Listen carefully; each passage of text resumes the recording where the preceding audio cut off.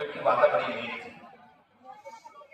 انہوں نے بچے تھے چھوٹی عمر کی، تو کھانا مانگا، ہمیں بھوک لگی، کھانا دو، روٹی دو. تو ماں نے کہا بیٹا کھانا تو اللہ دیتا ہے، ہم کو بھی کھانا اللہ دیتا ہے، تمہارے ابو کو کھانا اللہ دیتا ہے، دادا دادی کو کھانا اللہ دیتا ہے، سب کو کھانا اللہ دیتا ہے. تم کو بھوک لگی تو کھانا اللہ سے مانگو. اچھا اللہ دیتا ہے، کیسے دیتا ہے؟ کہا کہ وضو کرو، جیسے وضو کرتے ہیں سکھائے ایسے وضو کرو، مصلی بچھاؤ اور سردی میں جاؤ اور کہنا اللہ کھانا دو، اللہ روٹی دو، اللہ روٹی دو. جب یہ بچہ سردی میں جاتا الماری کے اندر اور کہیں پہ جہاں کھانا ہوتا ہے وہاں پر روٹی چھپا دو. کوئی دیر کے بعد بچہ سر اٹھاتا ہے، کیا ہوا؟ امی پوچھتی بیٹا کیا ہوا؟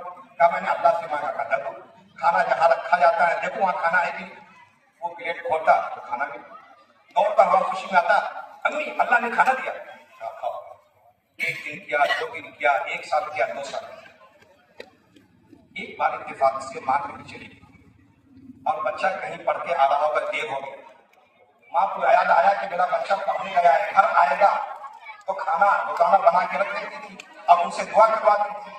آج میرا بچہ آئے گا اور کھانا نہیں بنا ہے اور وہ مانگے گا سردی میں گر کر کے اور اتفاق سے کھانا نہیں ملے گا تو بڑی رسوائی ہوگی. وہیں پر دوڑتی ہوئی آ رہی ہے، یا اللہ ہم نے بڑی مشکل سے اپنے بیٹے کے دل کے اندر تیرا ایمان پیدا کیا، تیرا یقین پیدا کیا ہے 2 سال کی 3 سال کی محنت میں کہ اللہ تو ہی کھانا دیتا ہے. اے اللہ آج لاج رکھنا، مجھے دیر ہو گئی ہے، میرا بچہ گھر آئے گا، سردی میں جائے گا، تجھ سے کھانا مانگے گا، اگر اس کو کھانا نہیں ملے گا تو اس کا ایمان ٹوٹ جائے گا، اس کا یقین ٹوٹ جائے گا. اللہ تعالیٰ اس کے یقین کو بنائے رکھنا. ماں دعا کر رہی ہے، جب آئے دیکھے بچہ سویا ہوا، اٹھائیے کھانا بنایا، اٹھایا، کہا بیٹا کھانا کھا لو. کہا ماں میں نے تو کھانا کھا لیا. کہاں سے کھانا کھایا؟ کہا آپ نے جو طریقہ بتایا میں نے وضو کیا اور نماز مصلی بچھایا، نماز پڑھی، ہم نے سردی میں اللہ سے کھانا مانگا.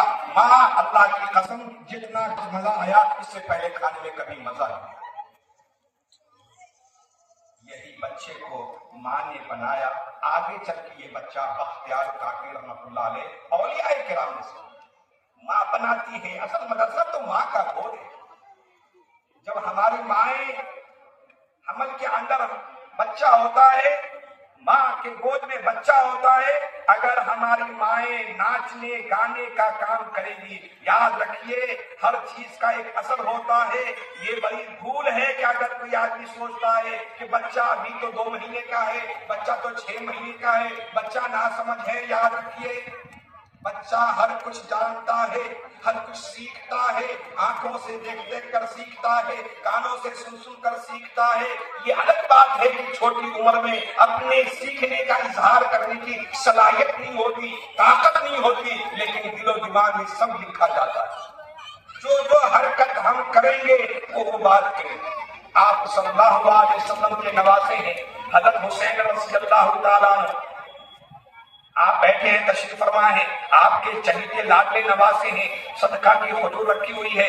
چھوٹے سے نواسے ہیں، بالکل چھوٹی عمر کے ہیں، ان کو کیا معلوم کہ کیا ہے. اٹھنے رکھی ہوئی کھجور کو انہوں نے کھا لیا، ایک کھجور کو اپنے منہ میں رکھ لیا. حضور نے ارشاد فرمایا حسن حسین کخ کخ تھو تھو، دیکھو یہ صدقے کو کھجور ہیں، ہم سید ہیں، ہم ہاشمی ہیں، صدقے کا کھانا ہم نہیں کھاتے، یہ غریبوں کا. چھوٹی عمر کے لکھا ہے کہ 1.5 سال 2 سال کی عمر، کون سی سمجھ کیا جانے اور صدقہ کیا ہوتا ہے، کیا جانے کہ زکات کیا ہوتا ہے. لیکن حضور نے یہ نہیں خیال کیا کہ بچہ ہے، خیر مکلف ہے، ذمہ دار نہیں ہے، چھوٹا بچہ ہے تربیت. لیکن آپ نے تربیت کہا نہیں اس کو ہم نہیں کھاتے. اس سے کیا سبق ملتا ہے؟ اگر ہماری ماں کسی چھوٹے بچے کو لے کر مارکیٹ میں جاتی ہے، دکان پہ جاتی ہے، منڈی میں جاتی ہے، اگر ہم سامان خریدتے ہیں اور بچے نے غلطی سے کہ دکاندار کا کوئی سامان اٹھا لیتا ہے، کوئی ہاتھ سے لگا دیتا ہے بغیر اجازت کے، دکان والا ٹوکتا ہے، تو ہماری ماں کی ذمہ داری ہے کہ بیٹے کو سمجھائیں بیٹا بغیر اجازت کسی کی چیز لینا جائز نہیں، واپس کریں. بہت سی مائیں الٹے دکان والوں سے لگ دیتی ہے اور کہتی ہے بچہ ہے، نادان ہے، ناسمجھ ہے، اگر 1 روپے کی چیز لے لیا تو کیا ہو گیا. یاد رکھیے اگر ہم نے ہماری ماں نے ان بچے سے غلطی پر آج ناجائز لینے پر نہیں سمجھایا اور الٹے دکاندار سے الجھ گئے، اپنے بیٹے کیا بچوں کی آپ نے حمایت کی ہے کہ یہ بچہ آگے چل کر ڈاکو بنے، یہ ناجائز کام کرے گا، لٹیرا بنے گا؟ یہ قرآن کے اشارے ہیں، یہ حدیث کے اشارے ہیں بچوں کی تعلیم و تربیت کی فکر کی۔ ورنہ آج ہمارے نسلوں کے ایمان کے لوٹنے کا انتظام ہو چکا ہے، ختم ہو چکا ہے۔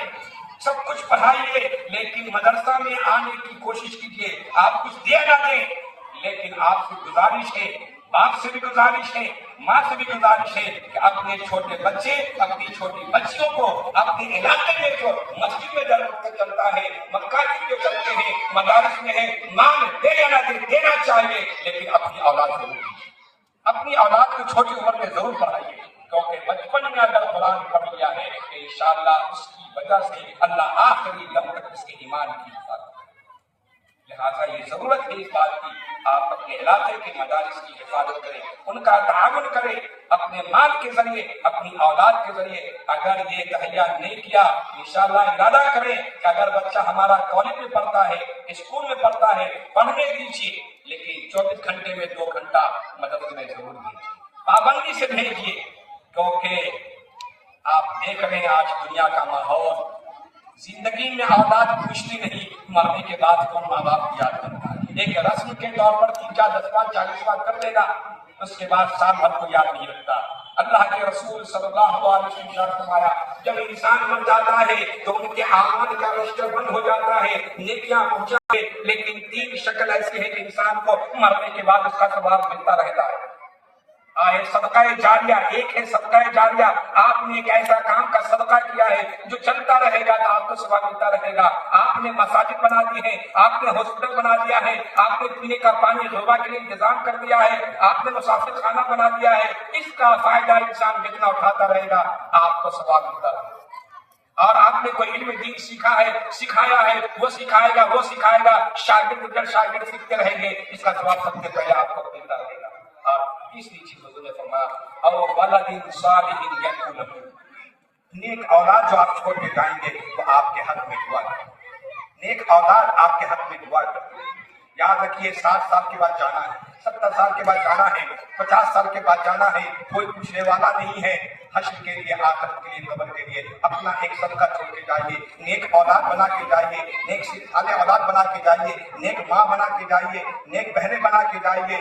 اللہ کے نیک بندوں سے گزارش ہے، ارادہ کریں، ماں باپ سے گزارش ہے کہ آپ کا بیٹا کہیں بھی پڑھتا ہے ہر میں 1 گھنٹہ لے کر بیٹھیے، بیٹا اسکول میں کیا پڑھایا گیا، بچے اسکول میں کیا سمجھایا گیا، وہاں دھرم پڑھایا جا رہا ہے، آپ تعلیم نہیں پڑھے گا، وہاں ایمان لوٹا جا رہا ہے، گھر میں ایمان دیجیے، ایمان دیجیے، وقت دیجیے، مال کے ساتھ وقت دیجیے، تبھی جا کے ہماری نسلوں کی حفاظت ہوگی۔ ورنہ بہت دن دور نہیں ہے کہ دین کی فکر کر ناداں مصیبت آنے والی ہے، تیری بربادیوں کے مشورے آسمان میں، نہ سمجھو گے تو مٹ جاؤ گے، اے ہندی مسلمانوں تمہاری داستہ تک۔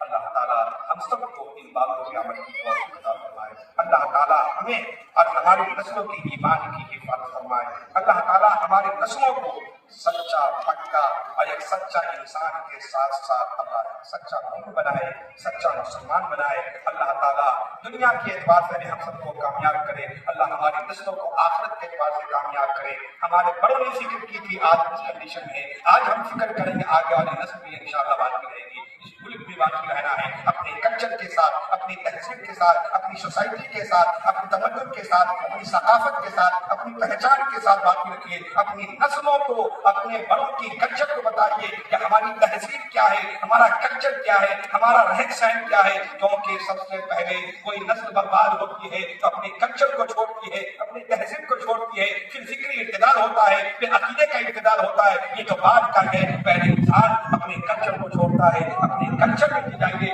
اپنی تہذیب میں بچوں کو تربیت دیجیے۔ لہٰذا اسلامی مسلمانی کلچر کے ساتھ جیے، اپنی اولاد کو جینے کے لیے کوشش کریں اور ان کو تربیت دیا۔ اللہ تعالیٰ